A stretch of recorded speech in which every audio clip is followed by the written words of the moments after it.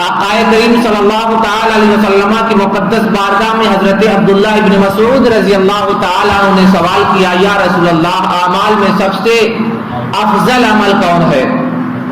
اعمال میں سب سے افضل عمل، فضیلت والا عمل کون ہے؟ تو اللہ کے حبیب صلی اللہ تعالی علیہ وسلم نے ارشاد فرمایا، الصلاۃ علی وقتها، نماز کو ان کے اوقات میں ادا کرنا۔ اس کے بعد حضرت عبداللہ ابن مسعود رضی اللہ تعالیٰ عنہ نے دوبارہ عرض کیا، یا رسول اللہ، اب اس کے بعد اعمال میں سب سے افضل عمل کون سا ہے؟ تو اللہ کے حبیب صلی اللہ تعالی علیہ وسلم نے ارشاد فرمایا، ثم بر الوالدین، پھر والدین کے ساتھ حسن سلوک کرنا۔ پھر حضرت عبداللہ ابن مسعود رضی اللہ تعالی عنہ نے سوال کیا، عرض کیا، یا رسول اللہ صلی اللہ تعالی علیہ وسلم، افضل اعمال کیا ہے؟ تو اللہ کے حبیب صلی اللہ تعالی علیہ وسلم نے ارشاد فرمایا، ثم الجہاد فی سبیل اللہ، پھر اللہ کی راہ میں جہاد کرنا۔ ہمیں بھی معلوم ہے، آپ کو بھی معلوم ہے، سارے لوگوں کو یہ پتا ہے کہ ایمان کے بعد ایک مسلمان پر سب سے اہم جو فریضہ لاگو ہوتا ہے، ایک اہم فریضے کی ذمہ داری جو اسے عائد ہوتی ہے، وہ ہے نماز۔ اسی لیے اللہ کے حبیب صلی اللہ تعالی علیہ وسلم نے ارشاد فرمایا، بنی الاسلام علی خمس، اسلام کی بنیاد 5 چیزوں پر ہے۔ شہادت اللہ الہ الا اللہ، اس بات کی گواہی دینا کہ اللہ کے سوا کوئی معبود نہیں اور محمد صلی اللہ تعالی علیہ وسلم اس کے بندے اور رسول ہے۔ نماز کو ان کے اوقات میں ادا کرنا، نماز کو ادا کرنا، زکوٰۃ دینا، رمضان کے روزے رکھنا، حج کرنا، یہ 5 ایسی چیزیں ہیں جو اسلام کی اور اسلام کی بنیادیں ہیں۔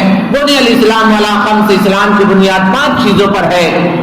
توحید ہے، نماز ہے، روزہ ہے، حج ہے اور زکوٰۃ ہے۔ ان 2 روایتوں کے ضمن میں آپ کو یہ بتانا چاہتا ہوں کہ اعلیٰ حضرت علیہ رحمت رضوان کی جب پوری زندگی پاک کا ہم مطالعہ کرتے ہیں تو افضل اعمال میں جو سب سے افضل عمل ہے جسے نماز کہا جاتا ہے، اسلام کی بنیاد میں توحید کے بعد، ایمان کے بعد، گواہی دینے کے بعد کہ اللہ کے سوا کوئی معبود نہیں اور محمد صلی اللہ تعالی علیہ وسلم اس کے بندے اور رسول ہے، سب سے پہلا جو فریضہ ذمہ عائد ہوتا ہے وہ نماز ہے۔ تو اعلیٰ حضرت علیہ رضوان کی جب زندگی پاک کا مطالعہ کرتے ہیں تو یہ سمجھ میں آتا ہے کہ آپ نے کبھی اپنی نمازوں کو قضا نہیں کیا، کبھی آپ نے نمازوں کو ترک نہیں کیا۔ آپ کی ہر نمازیں اس کے اوقات میں ہوا کرتی تھی۔ آپ نمازوں کے لیے جو وضو بنایا کرتے تھے، سنتوں کے مطابق بنایا کرتے تھے۔ آپ کو غسل کی حاجت ہوگی تو سنتوں کے مطابق جس طریقے سے غسل کرنا چاہیے آپ اس طریقے سے غسل فرمایا کرتے تھے، اور جو مسجد کے آداب تھے ان آداب کا خیال فرمایا کرتے تھے اور مسجد تشریف لایا کرتے تھے۔ آپ نے پوری زندگی نماز کو باجماعت ادا کیا، چاہے سفر میں ہو چاہے حضر میں ہو۔ آپ نے کبھی نماز کو ترک نہیں کیا، کبھی آپ نے نماز کو قضا نہیں ہونے دی۔ حج کے موقع سے ایک واقعہ یاد آ رہا ہے کہ جب اعلیٰ حضرت علیہ رحمت رضوان حج کے لیے تشریف لے جاتے ہیں، راستے میں فجر کا وقت ہوتا ہے، اور جب فجر کا وقت ہوتا ہے آپ جس سواری پر سوار ہیں تو منزل 2-3 میل کے بھی فاصلے پر تھی کہ اسی وقت فجر کا وقت ہو گیا۔ اگر منزل تک پہنچنا ہوتا تو ایسی صورت میں نماز کا وقت نکل جاتا، فجر قضا ہو جاتی۔ اعلیٰ حضرت علیہ رحمت رضوان نے سواری والے سے کہا کہ یہیں پر اپنے سواری کو روک دو تاکہ نماز فجر کو ادا کر لیا جائے۔ تو سواری والے نے کہا کہ میں منزل سے پہلے رکنے والا نہیں ہوں، میں منزل سے پہلے نہیں ٹھہروں گا، میرا قیام منزل سے پہلے نہیں ہوگا۔ اعلیٰ حضرت علیہ رحمت رضوان نے ارشاد فرمایا تم مجھے یہیں پر اتار دو۔ اعلیٰ حضرت اور آپ کے چند رفقا جو تھے، آپ کے مریدین اور خلفاء تھے، اور ٹھہر جاتے ہیں اور وہیں پر قیام کر لیتے ہیں، اور اس کے بعد قافلہ آگے نکل جاتا ہے، سواری والا آگے چلا جاتا ہے۔ اعلیٰ حضرت علیہ رحمت رضوان وہاں پر قیام کرتے ہیں۔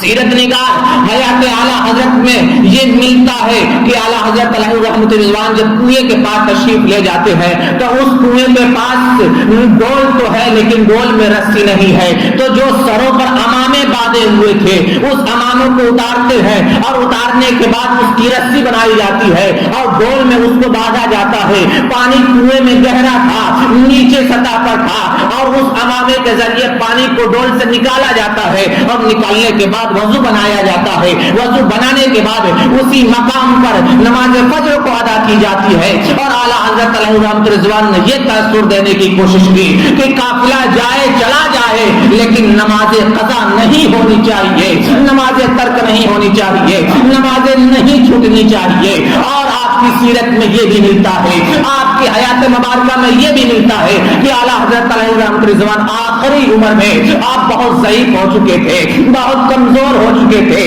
آپ چلنے سے معذور ہو چکے تھے, معذوری لائق ہو گئی تھی, آپ چل نہیں سکتے تھے. ایسی صورت میں پھر بھی آپ مسجد کو جاتے, نماز باجماعت ادا فرماتے, نماز باجماعت ادا فرماتے. اور اس کا طریقہ یہ ہوتا کہ جب اذان ہو جاتی, نماز کا وقت ہو جاتا, اعلیٰ حضرت علیہ رحمت رضوان کو ویل چیئر پر بیٹھایا جاتا, کرسی پر بیٹھایا جاتا اور بیٹھانے کے بعد مسجد لایا جاتا. اعلیٰ حضرت علیہ رحمت رضوان مسجد پہنچتے اور پانچوں وقت کی نماز با جماعت ادا کیا کرتے تھے. اللہ اکبر مسلمانوں, یہ اعلیٰ حضرت علیہ رحمت رضوان ہے جن کے تعلق سے شاعر نے کہا ہے, ڈال کے قلب میں عظمت مصطفیٰ سیدی اعلیٰ حضرت پہ لاکھوں سلام. اعلیٰ حضرت علیہ رحمت رضوان کی پوری زندگی رسول اللہ صلی اللہ تعالی علیہ وسلم کی عطاعت و فرما برداری میں گزری. آپ کے فتاوے کو دیکھ لیا جائے, فتاوا رضویہ کو دیکھ لیا جائے جو رضا اکیڈمی سے 12 جلد میں چھپی ہے اور دیگر مکتبوں سے کسی میں 20 جلدوں سے زیادہ میں چھپی ہے. اعلیٰ حضرت علیہ رحمت رضوان کے فتاوے کو دیکھنے کے بعد یہ سمجھ میں آتا ہے کہ اعلیٰ حضرت علیہ رحمت رضوان علم کے سمندر تھے. آپ ہر علم کو آپ نے اور ہر علم کی آپ نے اشاعت فرمائی, چاہے وہ علم فقہ ہو, چاہے وہ علم تفسیر ہو, چاہے وہ علم بیان ہو, چاہے وہ علم حدیث ہو, چاہے علم درایت ہو, چاہے علم روایت ہو, جو بھی علم رہا ہو, علم جفر ہو, چاہے علم توقیف ہو, کوئی سا بھی علم رہا ہو, اعلیٰ حضرت علیہ رحمت رضوان کے فتاوے کو پڑھنے کے بعد یہ سمجھ میں آتا ہے کہ آپ نے کوئی بھی علم کا میدان چھوڑا نہیں ہے, ہر علم کے میدان میں آپ نے کام کیا ہے. اسی وجہ سے آج بھی اگر کسی مسئلے کی ضرورت ہوتی ہے, آج کوئی مسئلہ درپیش ہوتا ہے تو سب سے پہلے اگر کسی کتاب کا مطالعہ کیا جاتا ہے تو فتاوا رضویہ ہے. فتاوا رضویہ کا مطالعہ کرنے کے بعد یہ سمجھ میں آتا ہے کہ اس کے جزیات کو نقل کیا جاتا ہے اور اس کے جزیات کو نقل کرنے کے بعد جو سوال پوچھا جاتا ہے, جو استفتاء کیا جاتا ہے, اس کا جواب دیا جاتا ہے. پتہ یہ چلا کہ آپ کی تحریر سے, آپ کی تقریر سے, آپ کی زندگی سے, ہر طریقے سے اعلیٰ حضرت علیہ رحمت رضوان کی پوری زندگی رسول اللہ صلی اللہ تعالی علیہ وسلم کی سنت اور آپ کے طریقے کے سانچے میں ڈھلی ہوئی تھی. اور عزیزان ملت اسلامیہ, اعلیٰ حضرت علیہ رحمت رضوان کی صلاح بھی فرمایا کرتے تھے, اگر کسی کو دیکھا کرتے کہ اس کی نماز میں کوئی خامی رہ گئی ہے, دیکھا کرتے کہ اس کی نماز میں کوئی غلطی رہ گئی ہے, دیکھا کرتے کہ اگر یہ نماز صحیح ادا نہیں کر رہا ہے تو آپ اسے بلاتے اور بلانے کے بعد اس کی اصلاح فرمایا کرتے تھے. اعلیٰ حضرت علیہ رحمت رضوان کا یہ بھی واقعہ ملتا ہے کہ دہلی کی سرزمین ہے, آپ کسی کام سے دہلی تشریف لے گئے تھے اور دہلی کی ایک مسجد میں نماز کو ادا فرماتے ہیں. جب نماز کو ادا فرماتے ہیں تو نماز ادا فرمانے کے بعد آپ وظیفے میں مشغول ہو جاتے ہیں, آپ وظیفہ پڑھنے لگتے ہیں اور اسی وقت ایک شخص مسجد میں داخل ہوتا ہے اور داخل ہونے کے بعد اعلیٰ حضرت کی بغل میں وہ کھڑا ہو جاتا ہے. کھڑا ہونے کے بعد وہ نماز شروع کر دیتا ہے, نماز پڑھنے لگتا ہے. اب جب وہ قیام کی حالت میں ہے, جب وہ کھڑا ہے تو اس کی نگاہیں مسجد کی دیوار کی طرف ٹکی ہوئی ہے. اعلیٰ حضرت اپنی آنکھوں سے دیکھ رہے ہیں کہ وہ نماز کے قیام کی حالت میں ہے اور مسجد کی طرف تک رہا ہے, مسجد کی دیوار کی طرف دیکھ رہا ہے. اس کے بعد جب وہ رکوع میں جاتا ہے تو رکوع میں بھی اپنی تھوڑی کو اٹھا کر کے مسجد کی دیوار کو دیکھ رہا ہے, سمت قبلہ دیکھ رہا ہے. اور اس کے بعد جب اس نے اپنی نماز مکمل فرما لی تو اس وقت اعلیٰ حضرت اپنی نماز اپنے وظیفے سے فارغ ہو چکے تھے. اس کی نماز جب مکمل ہو چکی, اعلیٰ حضرت نے اس کو بلایا کہ ذرا ذرا سامنے آؤ، ذرا رکو. اور اس کے بعد آپ نے اس سے کہا کہ تم نے نماز پڑھی ہے اور نماز میں دیکھو جب قیام کی حالت ہوتی ہے تو جو نگاہ ہونی چاہیے وہ سجدے گاہ میں ہونی چاہیے. جب رکوع میں جاؤ تو جو نگاہ ہونی چاہیے قدموں پر ہونی چاہیے. جب تم رکوع سے اٹھو اور سمیع اللہ لمن حمد پڑھو تو تمہاری نگاہ سینے پر ہونی چاہیے. اور اس کے بعد جب تم سجدے میں جاؤ تو سجدے میں تمہاری نگاہ تمہاری ناک پر ہونی چاہیے. اور جب تم اتحیات میں بیٹھو، قعدہ میں بیٹھو تو تمہاری نگاہ تمہاری گود میں ہونی چاہیے. اعلیٰ حضرت علیہ رضوان نے جب اس سے یہ کہا، جب آپ نے اس سے فرمایا تو کہتا ہے کہ واہ کیا بات ہے، بڑے مولانا بنتے ہیں، بڑے مولانا بنتے ہیں. آپ چاہتے ہیں کہ میں قبلہ کی طرف سے اپنی نگاہ پھیر دو، آپ چاہتے ہیں کہ میں قبلہ سے اپنی نگاہ ہٹا دوں جبکہ قبلہ کی طرف تو نگاہ ہونی چاہیے. تو اعلیٰ حضرت علیہ رضوان نے ایک لمبا تلا جملہ ارشاد فرمایا اور ایک چھپا ہوا جملہ دیا. یہ ٹھیک ہے رکوع کے عالم میں تم اپنی تھوڑی اٹھا کر کے تم سمت قبلہ دیکھ رہے ہو، دیوار مسجد کو دیکھ رہے ہو، تو ذرا مجھے یہ بتاؤ کہ جب تم سجدے کی حالت میں ہوگے تو پیشانی زمین پر رکھو گے یا تھوڑی سے سجدہ کرو گے؟ یعنی تھوڑی رکھ کر کے اپنے چہرے کو سمت قبلہ کرو گے یا پیشانی کو زمین پر رکھو گے؟ اسے فوراً بات سمجھ میں آ جاتی ہے کہ قیام کی حالت میں نگاہ قبلے کی طرف ہونی چاہیے، یعنی سجدے گاہ میں ہونی چاہیے. نماز میں اس کے علاوہ جو ارکان ہوتے ہیں کہ جب رکوع میں جانا ہے تو رکوع میں پاؤں پر نگاہ ہونی چاہیے. اور جب رکوع سے اٹھنا ہے سمیع اللہ لمن حمدہ کہنا ہے تو سینے پر نگاہ ہونی چاہیے. جب سجدے میں جانا ہے تو تو ناک پر نگاہ ہونی چاہیے. اور جب اتحیات میں بیٹھنا ہے، قعدہ میں بیٹھنا ہے تو گود میں نگاہ ہونی چاہیے. عزیزان ملت اسلامیہ، اس طریقے سے اعلیٰ حضرت علیہ رضوان نے جب اس کو یہ باتیں سمجھائی تو اس کو بات سمجھ میں آ گئی اور اس نے تسلیم کر لیا کہ قیام کی حالت میں ہی قبلہ کے سمت چہرہ ہونا چاہیے. اور اس کے علاوہ نماز میں اول تا آخر جو حکم دیا گیا ہے اس کے مطابق ارکان ادا کرنا ہے. اللہ اکبر مسلمان ہو. یہ اعلیٰ حضرت علیہ رضوان ہے جن کی عبادتیں، جن کی نمازیں رسول اللہ صلی اللہ تعالی علیہ وسلم کے عشق میں، محبت میں ڈوبی ہوئی تھی. عزیزان گرامی مبارک کو دھوم دھام سے مناتے ہیں کہ ہمارے لیے ضروری نہیں ہے کہ اعلیٰ حضرت علیہ رضوان نے جو مشن چھوڑا تھا اس مشن کو ہم انجام دیں. آج ضرورت ہے اپنے عقائد کی اصلاح کرنے کی، آج ضرورت ہے اپنی نمازوں کو درست کرنے کی، آج ضرورت ہے اپنے آپ کو اصلاح کرنے کی. اس لیے ضرورت ہے کہ ہم اپنے اصلاح کی زندگی کا مطالعہ کریں اور اس کے مطابق اپنی زندگیوں کو گزارنے کی کوشش کریں. اور بالخصوص ہمیں تو یہ چاہیے کہ جو افضل اعمال بتایا گیا ہے، جو افضل اعمال کہا گیا ہے، اعمال میں کام میں جو سب سے بہتر اور سب سے افضل عمل ہے وہ ہے نماز. نمازوں کو نہیں چھوڑنا چاہیے. افسوس اس وقت ہوتا ہے جب ہم اپنی مسجدوں میں دیکھتے ہیں ہماری مسجدیں خالی ہیں. ہم اپنے نوجوان کو دیکھتے ہیں تو وہ دروازے پر بیٹھا ہے، گلی میں بیٹھا ہے، کسی نکڑ پہ بیٹھا ہے، کسی میدان میں بیٹھا ہے، کسی تالاب کے کنارے بیٹھا ہے. اس کے ہاتھ میں موبائل ہے، اذانیں ہو رہی ہے، اس کے کان میں اس کے جوں تک نہیں رہتی ہے، اسے کوئی فرق نہیں پڑتا ہے. نمازوں کے لیے مسلیان نمازی مسجدوں کی طرف روا دوا ہو جاتے ہیں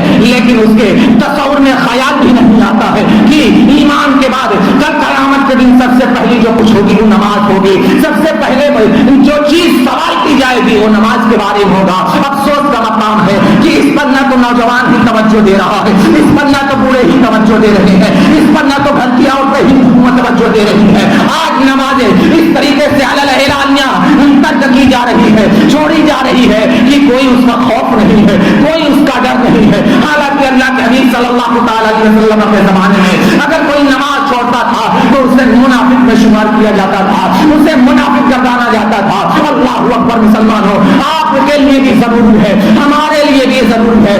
میرے نوجوانوں موبائل چلاؤ، میں موبائل چلانے سے منع نہیں کر رہا ہوں، آپ موبائل چلاؤ لیکن اس میں دینی بات سیکھو، اس میں اپنی نماز کی اصلاح کی باتیں سیکھو، اس میں اپنے اعمال کی اصلاح کی باتیں سیکھو.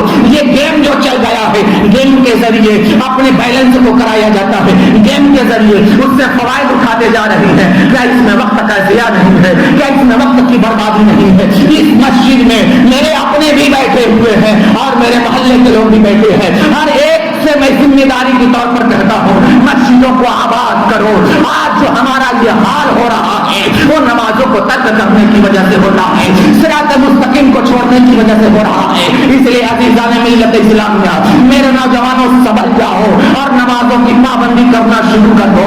بالخصوص ہمیں نمازوں کی پابندی کرنی ہے, اور فجر کے وقت میں تو ایسا حال ہوتا ہے کہ کہنے کا لائق نہیں ہے. مسلمانوں, غیروں کے نوجوان جب ہم باہر نکلتے ہیں فجر کی نماز پڑھنے کے بعد تو دیکھتے ہیں کہ ان کے نوجوان واپس اپنے گھروں کی طرف لوٹ جاتے ہیں, لیکن ہمارا نوجوان ہے رات میں نجات مشن کو آگے بڑھائیے اور نماز کو ترک نہ کیجیے. اس لیے کہ اعلیٰ حضرت علی رضوان کی پوری زندگی ہمیں یہ پیغام دے رہی ہے کہ نمازیں نہیں چھوڑنی ہے, چاہے کوئی کام چھوٹ جائے, چاہے کوئی سواری چھوٹ جائے, چاہے سفر نہ مکمل ہو, یہ پوری زندگی یہی پیغام دے رہی ہے. اللہ کی بارگاہ میں دعا ہے ہمیں کہنے سے زیادہ سمجھنے کی توفیق عطا فرمائے. یہ جو زندگی ملی ہے اس زندگی کو رسول اللہ کی محبت میں گزارنے کے لیے ہمارے لیے کافی ہے. اللہ کی بارگاہ میں دعا ہے کہ ہمیں کہنے سے زیادہ سمجھنے اور سننے سے زیادہ عمل کرنے کی توفیق عطا فرمائے. استغفر اللہ وما علینا الا البلاغ. السلام علیکم ورحمۃ اللہ وبرکاتہ.